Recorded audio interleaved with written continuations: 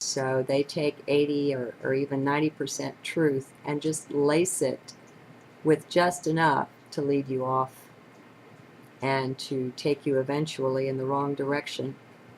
Now, you're not going to be misled if you're following the path of heart, if you're in heart, if that's your practice.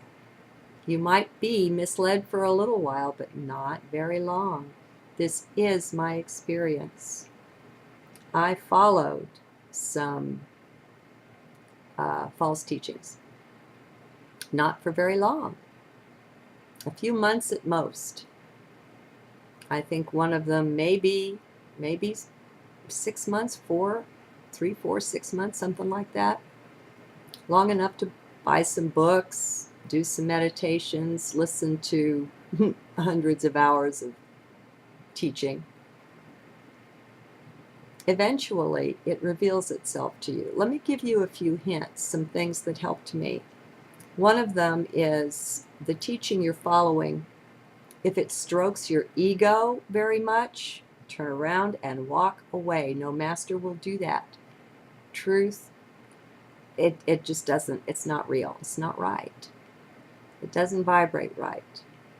So if it strokes the ego, if it pats you on the head and tells you how wonderful and you're just as good as can be, and oh, I don't know. Some of them do that. So that was one thing that alerted me. I kept waiting and waiting and waiting. Everything that was given seemed reasonable to the mind. I could tell when I did the meditations, the energy was real. I knew there were beings on the other side that I was connecting with. It was obvious. A lot of people go wrong there. Now that's a major place where people go wrong. If you connect with a teaching that says it's being given by light beings, somebody's channeling someone or something, and the teaching that comes through, you know, these are benign beings and they're here to help us and save planet Earth or something. I don't know. It gets pretty wild. But if you connect with a teaching where I lost my train of thought, well, I'll go on with that. If they say they're going to rescue us, that they're here to help and they'll be arriving in the nick of time, and not to worry, you'll be picked up, you'll be taken care of, question that. Go into heart with that one and question it deeply. What does that do to your sovereignty?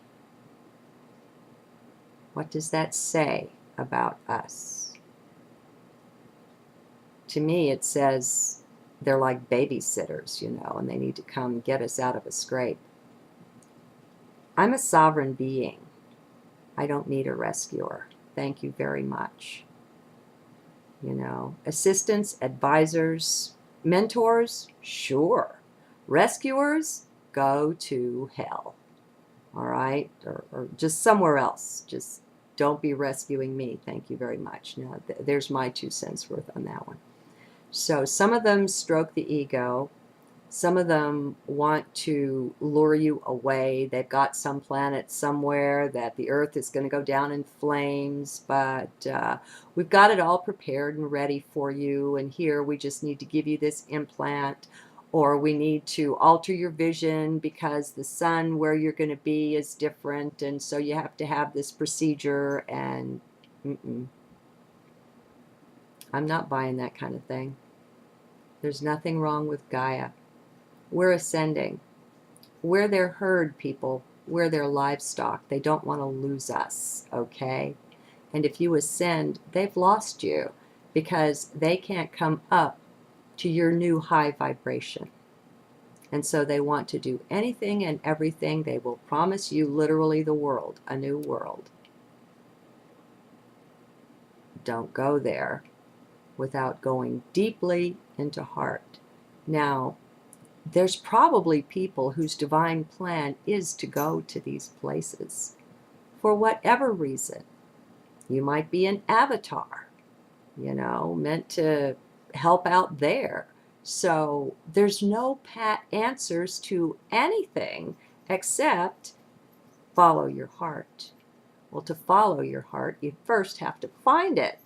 And that's what I'm trying to do, is to be a tour guide, to be an assistant, to be an advisor to you, not a guru. You know, my job is to show you that you're this. Uh, Maybe I've lost a bunch of folks since I've come right out and said recently, I'm not enlightened. And I'm not claiming to be. I never have. Now, awakened, to me, that's a different matter. There's lots and lots of stages of awakening, and we're all going through that.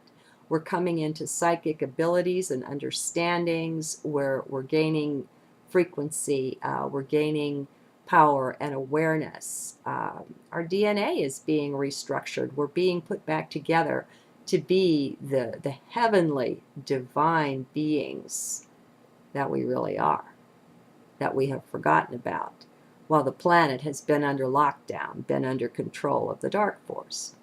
All right, so awakenings there are, and there are many, many, many. Enlightened beings, I don't know overall about the concept of enlightenment, but I know of at least half a dozen that I think, have earned the title. It's more rare. You don't have to, awakening's fine. We're rising in dimensions. The Andromedans don't call it ascension. They say that this is something that happens throughout cosmos. It's commonly understood by them as upliftment. They're calling it upliftment when whatever plane or dimension a race of beings is on, they rise to the next level. Well, ascension, upliftment, same thing. We're ascending the scale of frequency. We're ascending in vibration. As we're going through this, on the other side of it, if we show up on a 3D planet somewhere, we'll appear as a being of light to them, simply because our frequency is higher. Okay, so that's what's happening, and there's nothing really magical about it. It's really not. It's actually kind of common. What's uncommon is that we're all doing it together and we're taking our physical bodies with us. So all this crap that we have been wading through for the last, I don't know, I'm going to say 10 or 20 years or so, things are accelerating all out of recognition now. Things are moving so fast that the children born more recently have known change at a level of swiftness that just takes your breath away. And it's not slowing down anytime soon. We're losing time and space. We're already losing the meaning of time. Things just don't make sense in terms of how long it takes to do anything anymore. So much is just instantaneous. If you're ready to wake up, well then, hello, wake up. Just do it. Set your intent. Listen and listen, not just to me.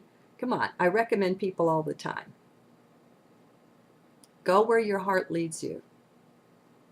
Just go in heart when you go. You'll know. If you don't know right up front, well, that's okay. Journal. Journal your feelings about it. I go more by your feelings than your thoughts. Don't use your mind to evaluate this. Mind is the playground of the dark force. All right? And you don't need your mind to evaluate this. Your heart will tell you. And it's just a matter of learning a new language. It's the language of heart, and it's more of a sensing. And so get used to listening to your heart to see what it says about things instead of making all of your decisions from the mind. I've gone on a long time here. I think I'm going to wrap it up. Sure love you guys. Talk to you again soon.